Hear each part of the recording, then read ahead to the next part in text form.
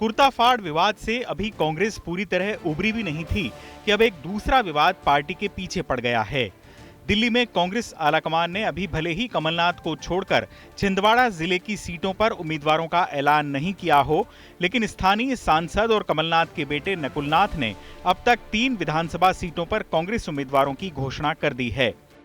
इसे लेकर बीजेपी ने कांग्रेस पर तंज कसा है। विधानसभा चुनाव के लिए कांग्रेस ने अब तक 144 सीटों के लिए प्रत्याशियों की सूची जारी की है। छिंदवाड़ा जिले की 7 में से केवल 1 सीट की घोषणा पार्टी की पहली सूची में हुई। लिस्ट आने के बाद पहली बार भोपाल आए कमलनाथ से जब पत्रकारों ने पूछा कि छिंदवाड़ा की बची हुई 6 सीटों पर नामों का ऐलान कब होगा, तो कमलनाथ ने सबको चौंकाते हुए कहा कि कांग्रेस से पहले नकुलनाथ छिंदवाड़ा की सीटों का ऐलान करेंगे। पिता की आज्ञा का पालन करने में बेटे नकुलनाथ ने भी देरी नहीं की। इन दिनों नकुलनाथ छिंदवाड़ा जिले की अलग अलग विधानसभा सीटों पर जाकर प्रत्याशियों की घोषणा कर रहे हैं। छिंदवाड़ा के 6 सीटों की घोषणा मैं करूंगा। तो मैं आपको बताना चाहता हूं कि कांग्रेस पार्टी की ओर से मेरे छोटे भाई नीलेश दोबारा से कांग्रेस के प्रत्याशी होंगे। कि इस आम सभा में मेरे साथ मंच पर उपस्थित हमारे स्थानीय विधायक और आने वाले विधानसभा के प्रत्याशी मेरे भाई कमलेश शाह जी, मैं सबसे पहले तो ये कहना चाहता हूं कि ये जो चुनाव होने जा रहे हैं ये बहुत ही महत्वपूर्ण चुनाव है। ये कोई प्रत्याशी का चुनाव नहीं है।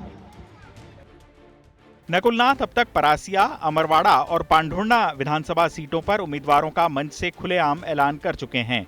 नकुलनाथ परासिया से विधायक सोहन वाल्मीकि, अमरवाड़ा से विधायक कमलेश शाह और पांढुर्णा से विधायक नीलेश उइके को उम्मीदवार बता चुके हैं। हैरानी की बात यह है कि कांग्रेस में अभी उम्मीदवारों के नाम पर चर्चा चल ही रही है और इधर नकुलनाथ प्रत्याशियों के नामों का ऐलान कर रहे हैं। बीजेपी ने इसे नए तरह का परिवारवाद बताते हुए तंज कसा है।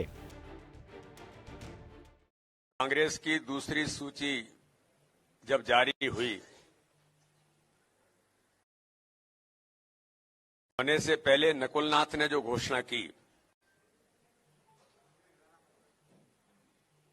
और कमलनाथ जी ने कहा कि छिंदवाड़ा की टिकट